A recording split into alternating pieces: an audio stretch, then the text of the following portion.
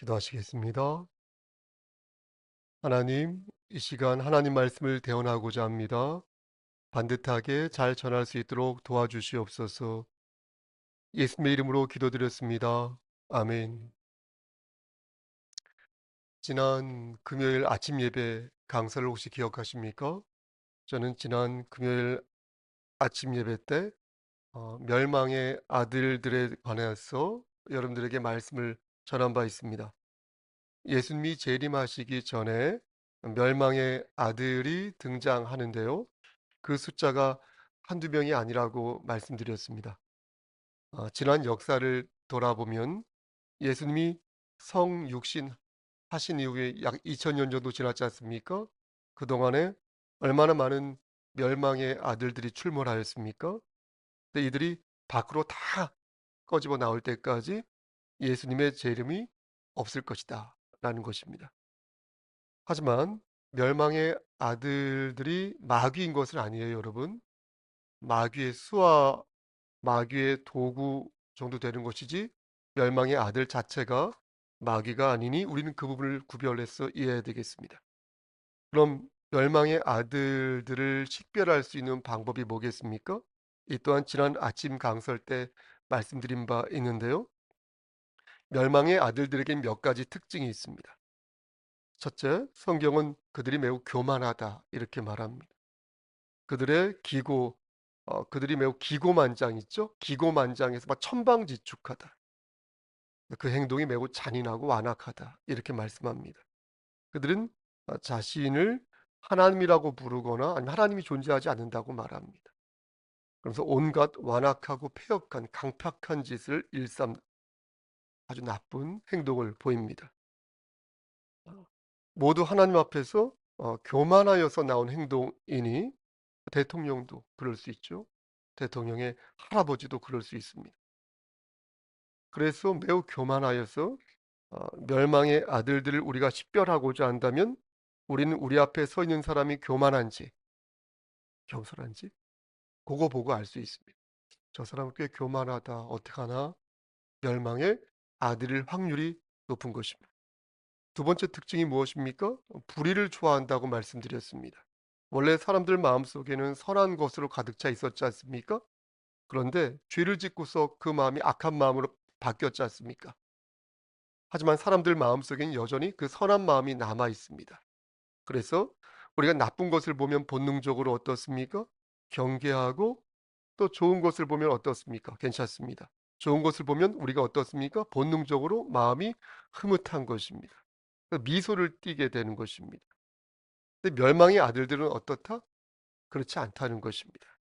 그들의 마음은 상당히 딱딱하고요. 강팍하고요. 사람 죽이는 거 그거 그거 아닙니다.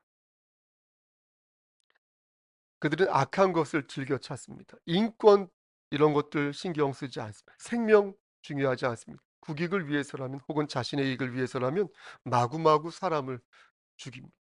무방합니다. 그렇게 생각합니다. 그들은 마귀의 수하가 된 것을 너무나 좋아하여서요. 마귀에게 자신의 영혼을 빼앗긴 것을 즐기는 것도 같습니다.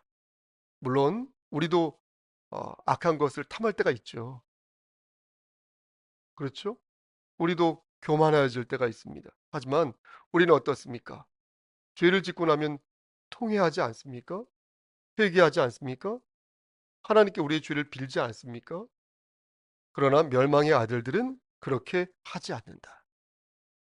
한마디로 말씀드리면 그들은 어때요? 회개하지 않는 영혼이다. 이렇게 말씀드릴 수 있겠습니다. 회개하지 않는다.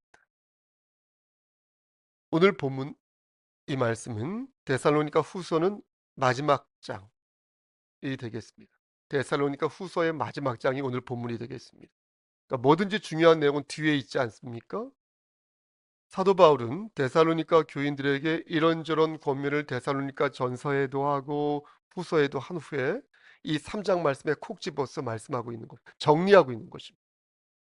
그러니까 데살로니가 후서 3장 말씀은 사도 바울이 데살로니가 교인들에게 편지를 쓴 주된 목적이자 데살로니가 후서를 정리한 결론의 말씀이 여기에 있다 하겠습니다.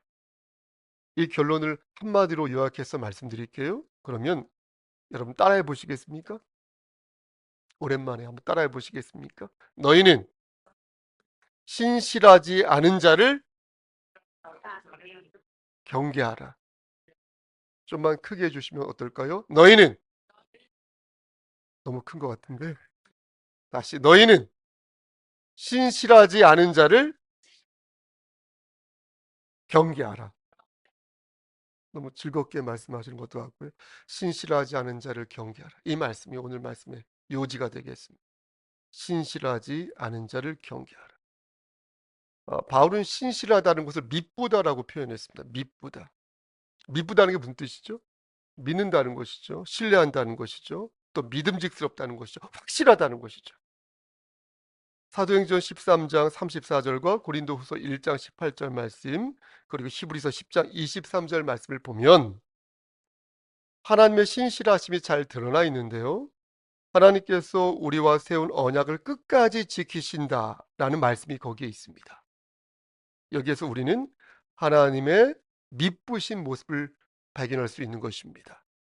하나님께서는 우리와 맺은 언약을 끝까지 지키신다는 거예요. 목에 칼이 들어와도 끝까지 지키신다는 거예요. 그러니까 너희가 예수 그리스도라는 은혜를 붙잡고 끝까지 그 은혜 안에 거하고자 힘을 쓰면, 애를 쓰면 너희는 영생을 받을 것이지만, 만약 너희가 그렇게 하지 않고 예수 그리스도의 은혜를 등지고 하나님을 의지하지 않으면 결국 낙오자가 되어서 영생이 아니라 영벌을 받게 될 것이다. 이렇게 말씀하셨다는 거예요. 그럼 내가 이렇게 마음을 먹었지 않습니까? 내가 마음 먹은 거잖아요. 마음을 먹고 은혜를 붙잡은 것이니까 내가 구원을 이룬 것일까요? 논리적으로 그렇지 않습니까? 내가 마음 먹었으니까, 내가 은혜를 붙잡은 거니까, 내가 스스로 쟁취한 것이죠. 그게 아니라는 것을 우리는 잘 압니다. 왜냐하면 은혜를 주신 분은 하나님이시기 때문입니다. 그리고 그 은혜는 나의 능력과 나의 공로와 무관하게 값없이 주신 무엇이기에? 은혜이기에, 선물이기에. 내가 은혜를 붙잡은 게 아니라 굳이 표현하자면 은혜가 나를 붙잡은 것이겠죠. 내가 은혜를 붙잡은 게 아니라 은혜가 나를 붙잡은 것이겠죠. 예수님께서 나의 손을 붙잡고 있는 것이지 내가 예수님의 손을 사실 붙잡고 있는 게 아니라는 것입니다. 그런데 만약 끝까지 그 손을 내가 거부한다면, 예수님의 그 손을 거부한다면 하나님께서 어떻게 하실지는 그 다음 문제겠죠. 계속해서 손을 뿌리치는 그를 계속해서 붙잡으실 것인지 아니면 놓아버리실 것인지는 전적으로 하나님의 뜻에 달려있는 것입니다. 그럼 내가 아무리 하나님을, 여러분 잘 들어보세요. 내가 하나님을 아무리 붙잡고 있어도 하나님이 나를 버리시면 버려지는 것일까요? 집사님? 그렇게 물을 때에 우리는 다음의 성경 말씀을 꼭 기억할 필요가 있겠습니다. 요한복음 10장 28절에서 29절 말씀 보면 우리 주 예수 그리스도께서 이렇게 말씀하십니다. 내가 그들에게 영생을 주노니 영원히 멸망하지 아니할 것이요 또 그들을 내 손에서 빼앗을 자가 없느니라. 그들을 주신 내 아버지는 만물보다 크심에 아무도 아버지 손에서 빼앗을 수 없느니라. 아멘. 이 말씀을 예수님께서 하셨다는 거예요. 너무 다행이지 않습니까? 그러니까 그리스도인들은 버려진다는 두려움을, 이게 중요한데, 지혜롭게 가질 필요가 있다라는 거예요. 지혜롭게 가질 필요가 있다. 우리가 연약하여 내가 하나님으로부터 버려졌다는 생각이 들 때가 있지 않습니까? 그런데 그래서 그러한 불안감이 우리의 영적인 공고함이 될 때가 있지 않습니까? 그런데 그럼에도 불구하고 하나님께서는 우리를 끝까지 지키시고 견인하신다는 것을 의심하면 안 된다는 거예요. 하나님의 주권 안에서 우리의 연약함이 용납될 수는 있지만 그럼에도 불구하고 우리는 완전히 버림받는 것이 아니라는 거예요. 이 말씀을 꼭 기억하시기를 축원합니다. 꼭 기억하셔야 돼요. 사도 바울도 이 부분에 대해서 고민한 흔적이 역력하니 로마서 8장 38절과 39절에서 이렇게 말합니다. 내가 확신하노니 사망이나 생명이나, 대조적으로 말하는 거 표현을, 사망이나 생명이나 천사들이나 권세자들이나 현재일이나 장래일이나 높음이나 깊음이나 다른 어떤 피조물이라도 우리를 우리 주 그리스도 예수 안에 있는 하나님의 사랑에서 끊을 수 있다 없다? 없다, 이렇게 말씀하셨다는 거예요, 선교사님. 없다.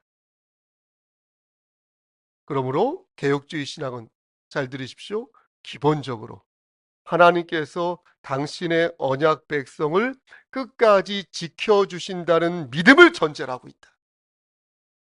이것을 성도의 견인이라고 부르니 참된 믿음 가운데 있는 사람들은 결코 낙오자가 되지 않는다는 것입니다.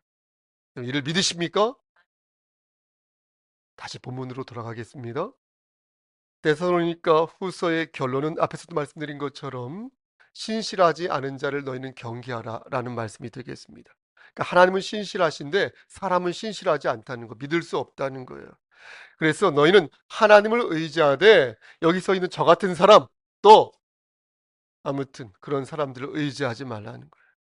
그래서 바울은 데살로니가 교인들을 향하여서 배은망덕하고 믿을 수 없는 사람들을 조심해라, 이렇게 경고한 것입니다. 그러면서 여러분 5절 말씀 한번 보시겠습니까?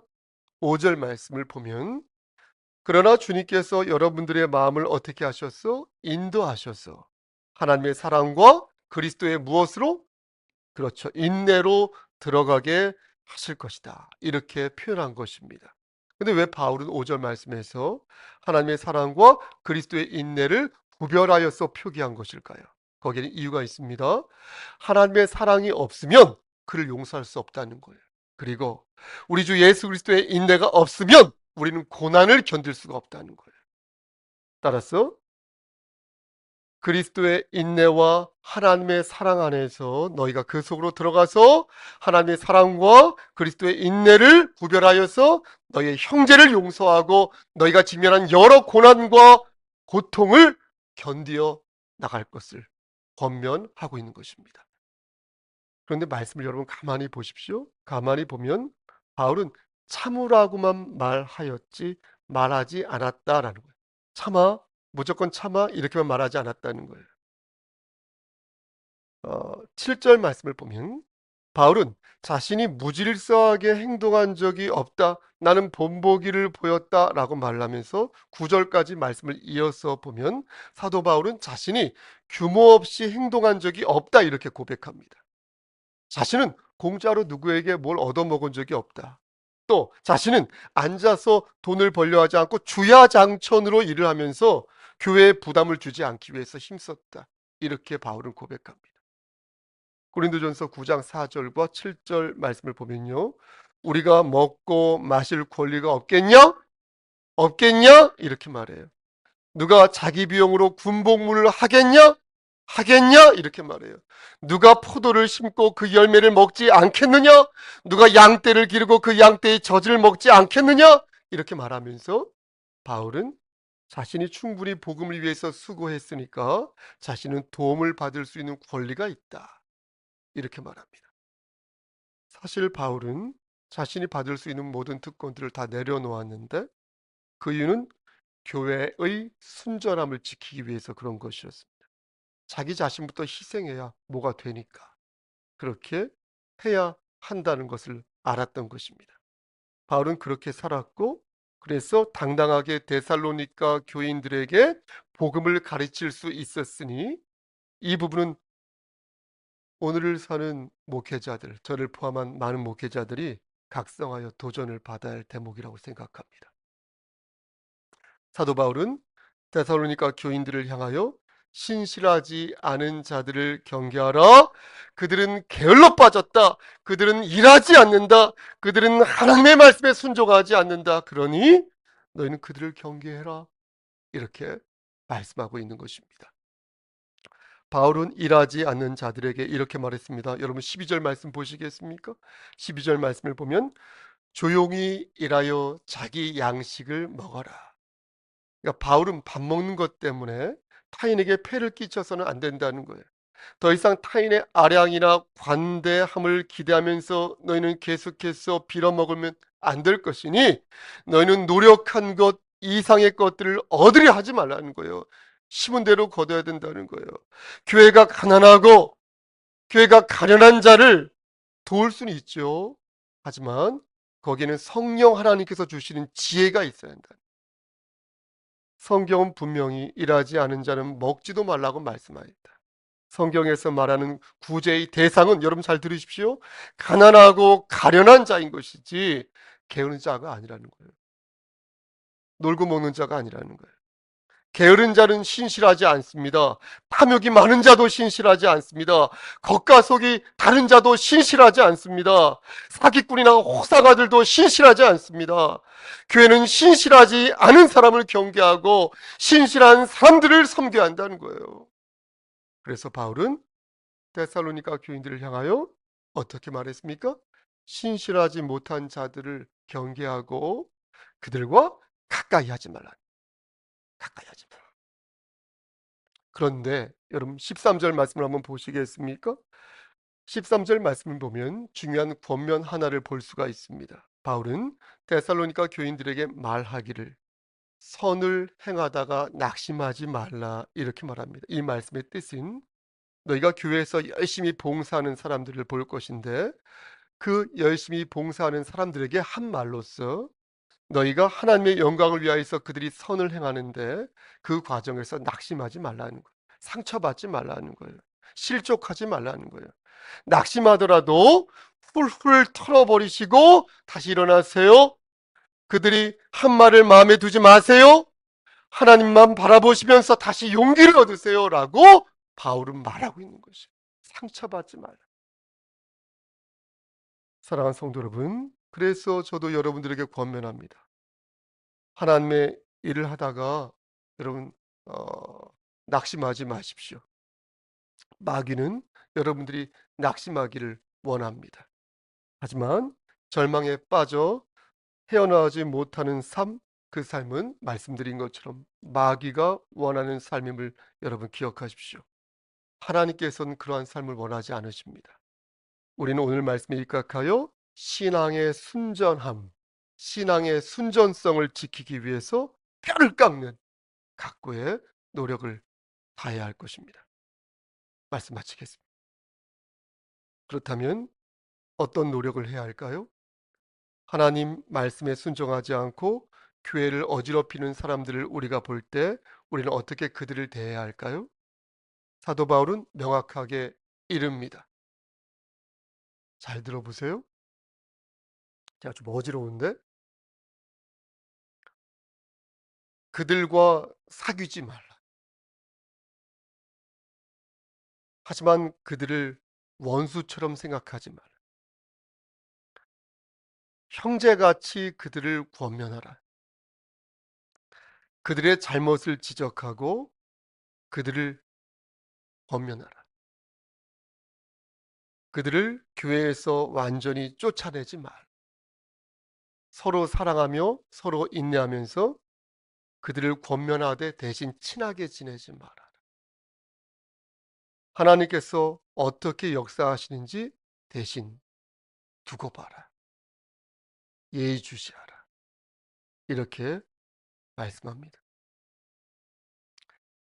이 말씀을 지금 여기 강대상에 서 있는 저에게 적용하여 보겠습니다. 신실하지 않은 자를 나는 어떻게 대해야 할까? 마음이 완악한 자를 나는 어떻게 대해야 할까? 열매를 맺지 못하는 자를 나는 어떻게 대해야 할까? 그들과 친하게 지내지 않으면서 그들을 쫓아내지 말라고 말하였는데 과연 그게 가능할까? 만약 가능하다면 나는 무엇을 기준으로 그들을 선별해야 할까? 똑부러지게 잘못한 것이 아니라면 어쩌란 말인가? 그렇다면 나는 어떻게 그들을 선별하고 그들 앞에서 말씀을 선포해야 할까? 사랑하는 우리 송석교회 성도 여러분, 하나님을 등진 자가 있다면 우리는 그들의 잘못을 지적하되 그들을 권면하기 위해 힘써야 할 것입니다. 말씀 안에서 건강한 거리 두기를 해야 할 것이고요.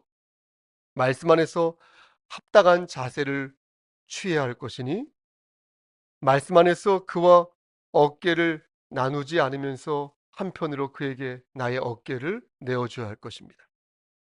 그래서 그가 다시 신실한 그리스도인, 성도가 될 수 있도록 힘써야 할 것입니다. 그러나 한 가지 기억해야 할 것이 있으니 그가 바로 내 자신일 수 있다는 사실, 우리 자신이 될 수 있다는 사실을 기억해야 할 것입니다.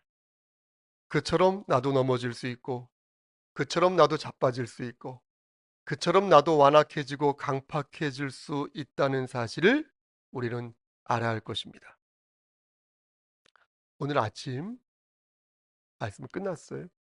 오늘 아침 저의 아들 성휘석 군에게 예배당에 갈 시간이라며 아들을 깨웠습니다.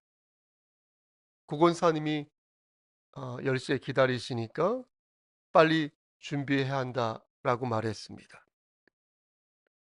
그런데 성휘석 형제가 하는 말이 오늘 할 일이 있다고 말하였습니다. 그러더니 오래전부터 그 일은 선약된 계획이니 그것을 깰 수 없다고 말했습니다. 그러더니 저에게 덧붙이는 말이 미안해요, 아빠. 이렇게 말하였는데 저는 그 말을 듣고 제 마음속으로 왜 나에게 미안하지? 하나님에게 미안한 것을 라고 생각했습니다. 하지만 한참을 그 뒤에 생각을 한 후에 그가 그렇게 말할 수 있겠구나라는 생각을 하였습니다. 나에게 미안하다고 말할 수 있겠구나라는 생각을 하였습니다. 제가 뒤늦게 깨달은 것은 교회 공동체 일원으로서의 책임이었습니다. 그리스도의 소망을 품고 도원결의한 한 형제의 미안한 마음이었습니다. 아들을 넘어선 한 그리스도인으로서의 미안한 고백이었습니다. 사랑하는 성도 여러분, 우리는 우리 주 예수 그리스도 안에서 하나의 꿈을 가지고 천국을 소망하며 이곳에 모인 사람들입니다. 서로가 서로에게 미안한 마음을 갖는다는 것은 사람의 생각이 아니라 하나님께서 우리에게 주신 마음이라고 저는 믿습니다. 여러분, 그 마음과 그 약속을 교회 공동체 안에서 우리 주 예수 그리스도께서 주신 그 신실한 언약 속에서 반듯하게 지키시는 신실한 그리스도인 되시기를 저 좀 보시고요. 마지막으로 주님의 이름 받들어 간절히 축원합니다. 아멘. 기도하시겠습니다. 거룩하시고 자비로우신 하나님 아버지, 하나님과 나와의 인격적인 관계, 그리고 우리 주께서 허락하신 교회 공동체로서의 관계를 생각하며 우리가 미안한 마음, 우리가 죄송한 마음, 우리가 고마운 마음을 품게 됩니다. 하나님, 신실한 그리스도인으로서 서로에게 유익한 주의 종들이 되게 역사하여 주시옵소서. 예수 그리스도인 받들어 감사하며 기도드렸사옵나이다. 아멘.